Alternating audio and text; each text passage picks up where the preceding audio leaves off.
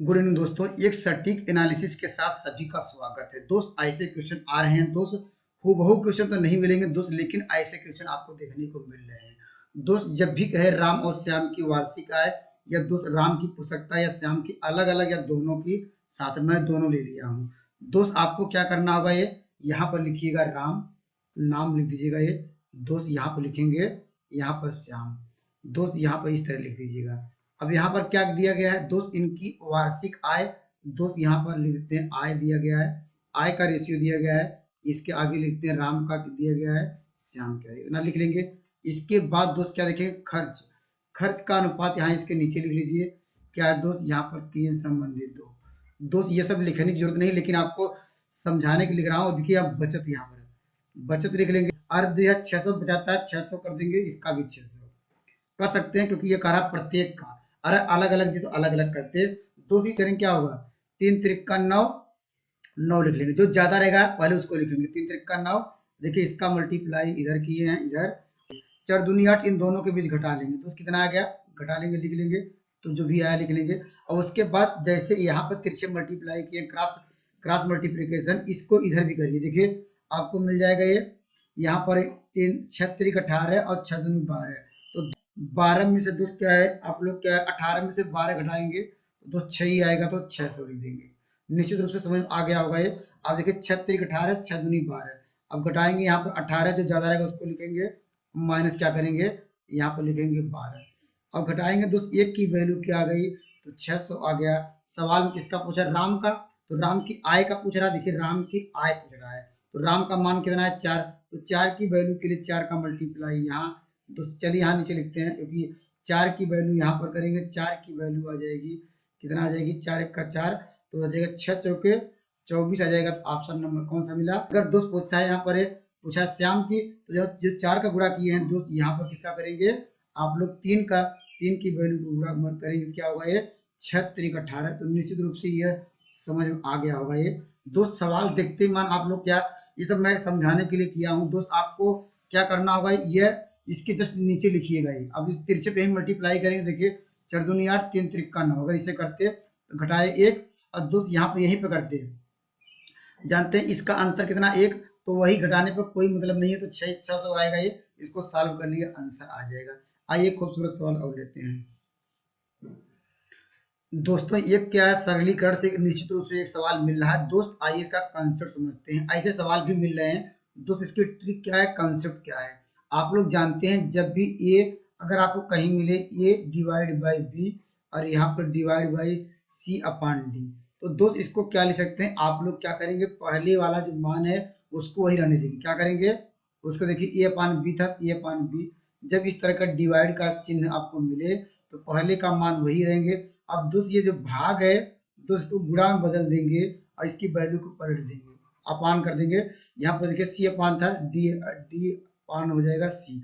निश्चित रूप से यह कंसेप्ट याद रखिए, आपको कहीं गलती नहीं करेंगे दोस्त। हमने क्या बताया, ए अपान बी हो, अगर डिवाइड करना हो, यहाँ पर क्या करना, सी अपान डी हो, कोई भी मान ए बी के स्थान पे आप कोई वैल्यू ले सकते हैं। तो दोस्त हम लोग क्या करेंगे, जो वैल्यू हो क्या हो जाएगी, ए अपान बी, पहला वाला मान वही रहेगा, दूसरा वाला जो मान रहेगा उलट जाएगा। तो आइए सवाल को समझते हैं दोस्त। हम लोग पहले क्या किया था, भाग दिया जाता है कहीं, पहले भाग का नियम सॉल्व करेंगे, उसके बाद पहले गुणा का नियम, उसके बाद गुणा, उसके बाद जोड़ या घटा सकते हैं, आप पे डिपेंड कर सकता है, जोड़ या घटा सकते हैं, कोई अंतर नहीं होता। इस बात को नोट डाउन कर लीजिए। पहला काम मुझे भाग देना है, उसका दूसरा काम गुणा करना है दोस्त। पहले भाग देखेंगे, लेकिन दोस्त हाँ इसके पहले एक बात और नोट कर लीजिए, अगर इन दोनों के पहले अगर कहीं आ जाए का या की, अर्थात इस तरह इस संख्या का, दोस्त पहले उसको सॉल्व करना है। क्या करेंगे दोस्त, उसके बाद पहला नंबर ये आएगा, दूसरा नंबर ये आएगा, तीसरा नंबर ये आएगा, चौथा ये कर सकते हैं दोस्त। कंसेप्ट आपको समझ में आ गया होगा दोस्त। हम पहले वाला देखिए, पहले वाले इसके लिए तो कोई दिक्कत नहीं है, पहले यहाँ का था ही नहीं, इसको मतलब क्या है, पहले को वही रखेंगे इस फार्मूले से। देखिए ये फार्मूला करते हैं, तो दोस्त पहला मान क्या होगा, 1/3 पहली रहेगा। हमने कहा जो ये भाग है दोस्त, देखिए यहाँ पर गुणा में बदल दिया गया है, लेकिन बशर्ते क्या करना, इसको मान को पलट देना है। देखिए 3/1 कर दिए हैं, और यहाँ गुणा का चिन्ह था तो गुणा कर सकते हैं। अब जैसे अब पहला काम हमने भाग वाला निपटा लिया है ऊपर से, अब दोस्त नीचे करेंगे। नीचे दोस्त हम पहले क्या करेंगे, इस बात को यहाँ पर ध्यान से देखिएगा। ये पहले मुझे क्या है, का को समझेंगे। दोस्त क्या है, ऊपर 3 दिया गया है। अब का मतलब होता है मल्टीप्लाई करना। अब दोस्त यहाँ पर लिखेंगे 3 और यहाँ पर क्या है, यहाँ पर -1/9 इतना कर लेंगे। देखिए मैंने पहले का को किया, ऊपर तक का नहीं था इसलिए भाग था, पहले भाग को निपटा लिया है। अब दोस्त इसको सॉल्व कर सकते हैं। देखिए 3 का आपको मिल जाएगा 3, तो ऊपर आपको मिल जाएगा, सॉरी यहाँ पर 1/3 तो 1/3 करेंगे दोस्त यहाँ पर। तो ये तो ठीक है, यहाँ 1/3 था तो ऊपर गया 1/3 बचा हुआ है, और यहाँ नीचे क्या बचा हुआ है इसके। अब देखिए, अब दोस्त इसको मल्टीप्लाई कर सकते हैं क्योंकि पहले का को हल करेंगे, तो दोस्त क्या होगा 1/3 दोस्त यहाँ पर डिवाइड बाई क्या हो जाएगा 1/9। इस बातों को थोड़ा ध्यान समझिएगा दोस्त, यहाँ पर गलती कर सकते हैं। पहले भाग नहीं देंगे दोस्त, पहले का को रहेगा उसको सॉल्व करेंगे दोस्त, 1 क्या होगा 9। अब दोस्त यहाँ पर क्या है, देखिए का भी हट गया। अब इसको जो नियम यहाँ लगाए थे वो नियम यहाँ लगा सकते हैं। देखिए 1/3 था, अब इसको हम 1/3 होगा। अब इसको पलट देंगे क्योंकि ये इसका नियम आ गया है, तो हो जाएगा 9 क्या हो जाएगा ये दोस्त, क्या हो जाएगा 1 हो जाएगा ये। अब दोस्त यहाँ पर क्या होगा 1 क्या होगा 9 होगा ये। अब इसको सॉल्व करेंगे, देखिए 3 त्रिका 9 3 आ जाएगा, तो ये नीचे चला जाएगा तो 1/9 होगा। देखिए यहाँ जब 1/3 3 नीचे आएगा 1/9, अर्थात यहाँ एलसीएम बराबर है दोस्त, यहाँ पर है। इसको ऊपर घटाएंगे तो क्या आएगा 9, इसको डिवाइड करेंगे 0, तो ऑप्शन नंबर आपको मिल जाएगा ए। देखिए दोस्त ऐसे भी सवाल देखने को मिल रहे हैं दोस्त, आपको एक कंसेप्ट समझना होगा। देखिए यहाँ पर 20% के लाभ पर 300 रुपए में बेचा गया, अर्थात 300 रुपए जब उसको बेचा गया तो लाभ कितने का हुआ 20%। तो दोस्त वह कितने में खरीदा गया उसका निकालना दोस्त। पहले आपको क्रय मूल्य कैसे निकालेंगे दोस्त, आप लोग कहेंगे इसका कास्ट प्राइस बराबर क्या होता है विक्रय मूल्य। विक्रय मूल्य दोस्त जितने में खरीदा गया, कितने में खरीदा गया 300 रुपए दोस्त। यहाँ पर गुणे फार्मूला है, बट्टी क्या होगा, यहाँ पर उसका जो लाभ होता है उसमें 100 जोड़ दिया जाता है दोस्त, 120। यह क्रय मूल्य निकालने का कॉन्सेप्ट है दोस्त। इसको कटा दीजिए, 0 कट गया, इससे कटाएंगे दोस्त कितना मिल जाएगा 25 मिलेगा है।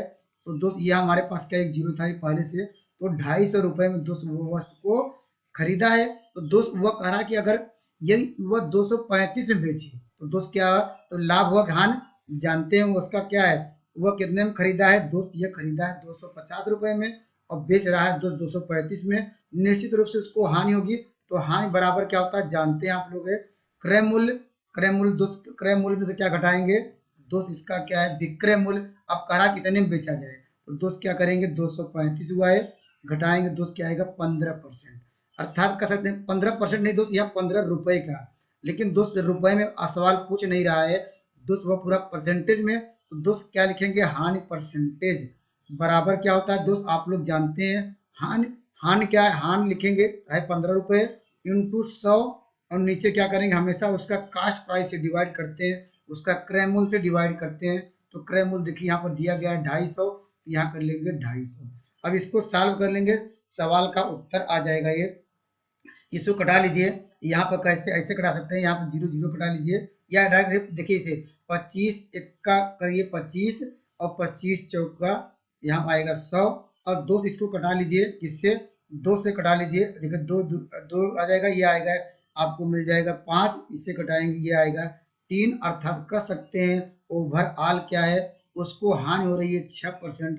ऑप्शन नंबर आपको मिल जाएगा डी दोस्त। देखिए दोस्त इस सवाल देखिए दोस्त इस सवाल का आइए कंसेप्ट समझते हैं दोस्त। कह रहा है 350 मीटर लंबी रेलगाड़ी 72 की प्रति घंटा की, यहाँ पर पाल नहीं दोस्त, यहाँ चाल लिख लीजिए दोस्त, क्या है इसकी है स्पीड है, तो यहाँ पर नोट डाउन कर लीजिएगा, स्पीड है यहाँ पर दे सकते हैं दोस्त। यहाँ पर कह रहा है पहले उसकी चाल दी गई है, यहाँ पर आपको चाल लिख लीजिए। चाल दोस्त कितना दिया गया है, यहाँ पर 72, यहाँ पर किमी प्रति घंटा दिया गया है, आवर दिया गया है दोस्त। यहाँ उत्तर देखिए सेकंड दिया है, तो दोस्त इसको पहले मीटर पर सेकंड में बदलना पड़ेगा, ये उसकी कितना करना पड़ेगा 5/18 का गुणा करना पड़ेगा। इस बात को नोट डाउन कर लीजिए, किमी प्रति घंटा दोस्त यह मीटर पर सेकंड बदलने के लिए 5/18 का गुणा करते हैं। आप लोग बताएं कमेंट के माध्यम से दोस्त ये 5/18 कैसे आता है दोस्त। यहाँ पे सीख लीजिए, यहाँ पर लिखें किमी प्रति क्या है घंटा है, यहाँ पर जानते हैं घंटा को लिखेंगे एच। अब जानते हैं 1 किमी बराबर क्या होता है 1000 घंटा, 1 किमी बराबर दोस्त 1000 मीटर होता है, और 1 घंटे में कितना होता है 60 मिनट होता है, इसका 60 सेकंड होता है। अब दोस्त देखिए यहाँ पे 2 जीरो कट जाते हैं, तो दोस्त हमारे पास क्या हो गया 2 से कटाएंगे यहाँ 5 आएगा, ये 2 से कटाएंगे यहाँ 3 आएगा। तो दोस्त इसीलिए हम लोग हमेशा क्या है 5 18 का गुणा करते हैं। दोस्त लिखने का तरीका क्या है, हमेशा ये याद रखिए, तो नहीं तो आपको हमेशा यही बदलते रहेंगे, कितना आपके पास समय नहीं रहता है।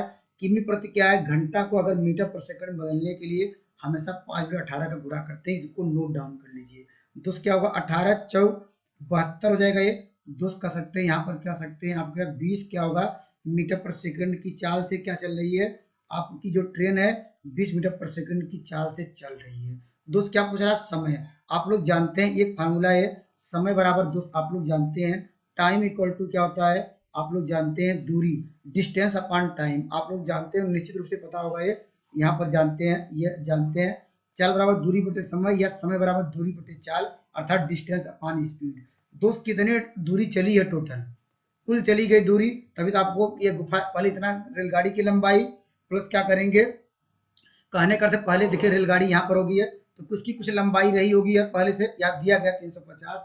अब क्या करेगी, ए से बी, ये तो रेलगाड़ी, ये गुफा आएगी, ये करा गुफा कितने देर पार करेगी, तो इसका मतलब क्या है, इसकी गाड़ी तो पास पहले गुफा पार करेगी, लेकिन पहले यह पार करने पहले गाड़ी की लंबाई भी तो इसको क्रॉस करेगी यार, जो लंबाई होगी, तो इसको टोटल लंबाई आपको जोड़ना पड़ेगा।